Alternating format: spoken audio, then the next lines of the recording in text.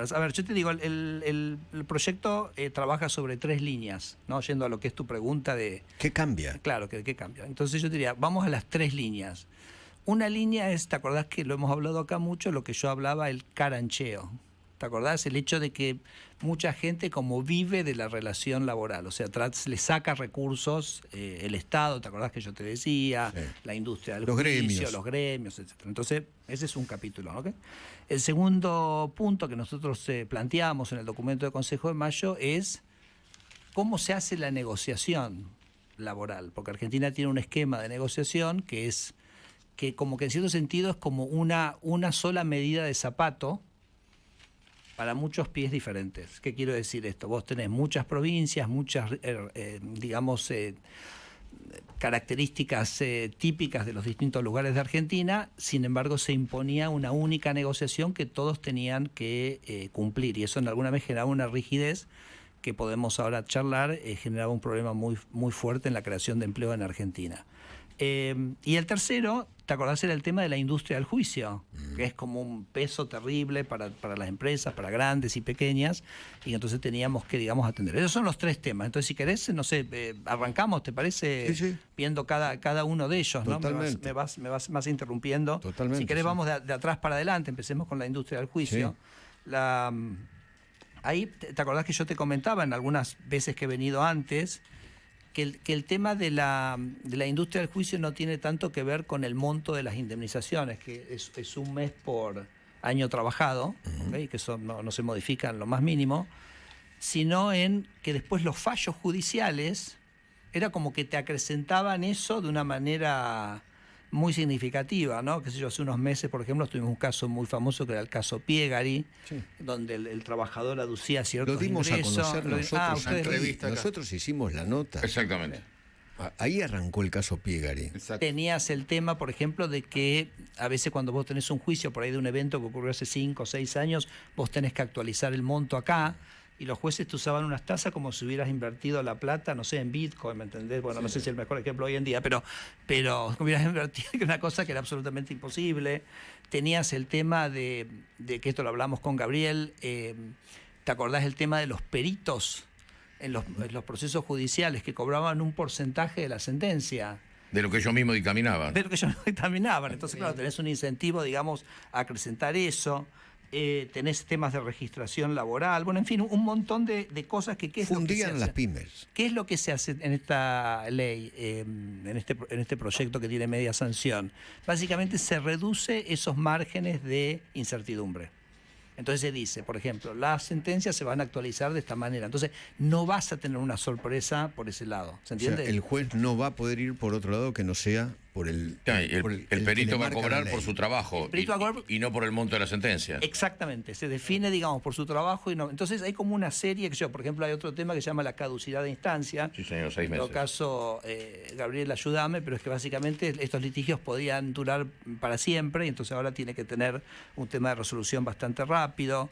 Si vos tenés viene un carancho y te hace un juicio y después resulta que era una locura, entonces en ese caso ahora las costas van a estar distribuidas, digamos, en parte a cargo, digamos, aquel que le impuso a la justicia, digamos, todo ese proceso y de manera solidaria con el abogado. Porque muchas veces te ponían las costas pero no tenías cómo pagarlo, pero ahora el solidario, el abogado patrocinante de eso, que terminaba siendo un dislate. Digo, son todos mecanismos para evitar y reducir la industria del juicio. Pero Entonces, no es que el trabajador va a perder la posibilidad de tener su indemnización. no, en absoluto, no. La indemnización que es 1 mes. Y yo creo que lo hemos comentado acá. Nunca Eso nadie es lo que dijo- dice la ley original Sí, y nadie, laboral. no, y además nadie nos decía que eso era un problema. Más allá que te comento Claro. que es de los regímenes indemnizatorios más favorables del mundo. Está entre los más favorables del mundo. Sí. Pero no era un problema. El problema era la incertidumbre asociada al proceso del litigio, ¿no? Y después, por supuesto, la parte esta que te estoy comentando, que tiene que ver con la ley de contrato de trabajo, también lo que hace es que genera muchas maneras de ajustar la modalidad laboral a lo nuevo, a cómo se trabaja hoy, que a veces las relaciones laborales no son, viste, eso estricto, de 8 a 5, lo que fuere, todos los días como era antaño. La gente busca más diversidad, más libertad, más flexibilidad. Entonces, por ejemplo, un caso paradigmático que fue un aporte de Cristian Retondo a este proyecto, que es el tema de los trabajadores de plataforma, etcétera. Los trabajadores tenían un problema tremendo, que es que las propias empresas le querían dar seguro, le querían dar cosas, pero tenían miedo de quedar encuadrados en una relación laboral típica. Entonces, bueno, eso de alguna manera se clarifica y se permite, digamos. Yo he escuchado. Ese como un primer capítulo. Yo he escuchado sobre este capítulo críticas diciendo que va a haber esta ley, lo que va a crear es trabajadores más sumisos y que esta ley es pro empresario y no pro operario. Sí, no sé de dónde. Yo creo que eso, los que dicen eso, no sé qué estarán defendiendo, etcétera, pero creo que tampoco están viendo las realidades del mercado laboral de hoy, ¿no? Te doy, por ejemplo, el ejemplo de las vacaciones. Entonces, hoy la gente no quiere necesariamente tomarse las vacaciones en bloque. ¿Te acordás cómo era cuando éramos chicos, que íbamos a la costa, etcétera, todo el mes o lo que fuere? Digamos, hoy se vive. Entonces, este proyecto lo que te dice es, no, bueno, si querés hacerlo de otra manera, hacelo. O sea, no hay ningún problema, es con acuerdo conjunto entre el trabajador. Entonces, pero eso no se podía antes, ¿no? Entonces me parece que digamos, no tiene ningún asidero ese tipo de críticas y. O sea, no es, como dicen algunos, una ley que crea esclavos modernos. No, todo lo contrario. Es básicamente crea la posibilidad de que mucha gente que hoy estaba excluida del mercado laboral se pueda insertar. Y me parece que aceptando que las relaciones laborales ya no son las relaciones laborales desde 50 años, ¿no? Así que eso me parece que esos son muchísimos artículos, son muchísimos cambios, hay mucho detalle que no vale la pena entrar, pero que me parece que va a permitir, ya te digo, adecuar la condición, la oferta laboral al nuevo mundo del trabajo, a este mundo tan cambiante, tan diferente, y a su vez generar, si se quiere, como esta limitación a la industria del juicio, que bueno, vamos a ver, ojalá, digamos, vamos a ver cómo funciona. ¿El otro capítulo? El otro capítulo es el de para mí quizás sería el central de esta ley, que es el de la negociación laboral. Entonces, también lo hemos hablado acá, pero este punto es lo siguiente. Hoy Argentina tiene un mecanismo de negociación que es único en el país. Que es un mecanismo que otros países tienen. Por ejemplo, Italia lo tiene, y vas a ver que genera los mismos problemas que acá, pero otros países no. Alemania no tiene negociación única por país. Tiene, por ejemplo, negociaciones por regiones, por provincias. Lo que acá serían las provincias. Sí.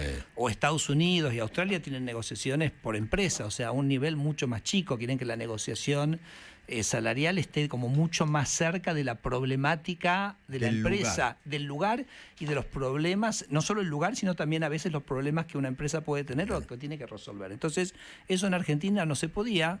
Entonces vos fijate, mira, yo siempre doy el ejemplo de Italia. Italia tiene el mismo sistema. Y vos no sé si sabes que en Italia siempre se habla de una división entre la Italia del norte y la Italia del sur. Sí. No sé si eso se ha escuchado. Sí, mucho.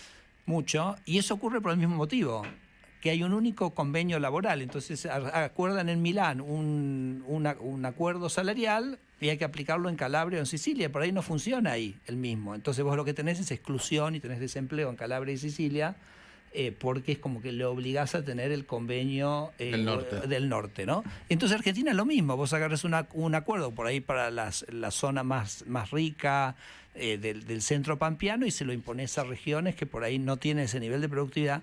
Entonces expulsás el trabajo de esas zonas, ¿no? Yo me acuerdo incluso cuando el presidente Javier Milei en una reunión con gobernadores le explicaba este concepto que te estoy hablando, que ahora te digo cómo se implementa, y donde entra también esta cláusula comadira que te comenté hace un rato. Muchos gobernadores dijeron, bueno, finalmente, porque ¿sabes lo que nos decían? Algunos gobernadores decían, ustedes nos critican que acá es todo empleo público. Y le digo, ¿y cómo no va a ser empleo público si la propia negociación salarial me impide a nuestras empresas privadas operar? Entonces decía, bueno, finalmente que alguien está pensando con una visión federal de este problema y cómo se resuelve. Por supuesto, hay una diversidad. Hoy en Neuquén los sueldos son el doble que en el área metropolitana, ¿correcto? Y en otros lugares no. Entonces, me parece, por eso a veces yo decía que esta ley en realidad es la federalización del trabajo, porque permite esta diversidad. Y eso, Eduardo, es en un artículo que tiene esto, es un concepto que se llama el de la prelación, que dice que a partir de ahora, esto es un cambio trascendental, ya no en la ley de contrato de trabajo, sino en las leyes que regulan las convenciones colectivas, el convenio inferior va a prevalecer sobre el convenio superior. Entonces, si hay un convenio de empresa, ese convenio prevalece. No es que la empresa lo tenga que hacer, también puede ser que los propios gremios nacionales, al tener la posibilidad, ellos mismos permitan esta flexibilización de sus propias bases, ¿entiende? O sea, que ellos mismos, de alguna manera, o sea, es como cuando abrís la economía y forzás la con un ejemplo concreto, no sé, de camioneros o de la UOM. No, estoy hablando, digamos, imagínate una industria metalmecánica en Santiago del Estero, en Salta, que tiene sus particularidades, tiene su situación, tiene una situación de clientes particular. Bueno, en un momento puede pagar más sueldos, en otro puede pagar menos sueldo. Entonces, si vos le pones una cosa muy rígida, por ahí de alguna manera no les permitís, digamos, ajustarse a esa situación. No sé, es una diversidad. O sea, lo importante acá es que cada empresa tenga la posibilidad, digamos, de ajustarse a sus condiciones. Eso va a ocurrir. Y lo otro, que esa cláusula comadida que yo te decía, es básicamente la que permite, para que esto de la prelación sea efectivo, bueno, vos tenés que permitir que haya sindicatos de empresa, o cómo se genera y se gestiona la representación de la empresa. Entonces ahí también cambiamos un poquito eso, cómo vos puedes armar el sindicato de empresa, entonces para hacer que esto sea efectivamente central, ¿no? Después un tema que también veremos la evolución, pero se incorporó acá el tema de los servicios esenciales, que era un tema, ¿te acordás? Que estaba en el DNU, claro, y que estuvo como bastante discutido, etcétera. También se incorporó. La educación, por ejemplo, no era un servicio esencial. Exacto. Ese entonces es el segundo tema, y después tenemos el tema, yo te decía, el tema del carancheo, ¿no? El tema de esto de que todo el mundo como que de alguna manera muerde de la relación. Del salario del trabajador. Entonces, por ejemplo, lo que yo te decía, la industria del juicio, la industria es un carancheo sobre la relación laboral, y entonces, bueno, ya te expliqué toda la primera parte, traté de ilustrarlo, apunta a reducir ese carancheo. Yo también te decía, el carancheo también es del Estado. Reconozcámoslo, porque los políticos mucho queremos el trabajo, pero después cuando vos contratás a alguien, sácate. Carga impositiva tremenda. Una carga impositiva tremenda, ¿no? Entonces acá es donde entran las contribuciones. Carancheo de los gremios. Sí, pero vamos a eso en un minuto. Pero, por ejemplo, este proyecto incorpora una baja en los aportes patronales, o sea, una baja en el gobierno resigna recursos de la relación laboral, se los devuelve a las empresas, simplemente les pide que los mantengan en un fondo para generar más certeza, incluso para el propio trabajador, para los temas de despido. Y después hay un sistema que se llama el RIFLE, que es básicamente para las nuevas contrataciones una menor carga impositiva. ¿Okay? Entonces, digamos, ese carancheo del Estado, bueno, eso nosotros decimos es la contribución de la motosierra, ¿no? La motosierra baja el gasto, permite bajar impuestos. El año pasado, ¿te acordás? Se bajó el impuesto país, internos, aranceles, un montón de impuestos, retenciones, etcétera. Bueno, ahora le tocó el tema del mercado, digamos, la contribución de la motosierra al mercado laboral, que es a través de la cosa. Y con respecto a los gremios que vos me decías, bueno, hay una cláusula que es, digamos, del de la ultraactividad. La ultraactividad quiere decir que vos tenés un convenio que tiene ciertas cláusulas, y es como que lo que pasaba era que si nadie se sentaba a negociar, eso quedaba.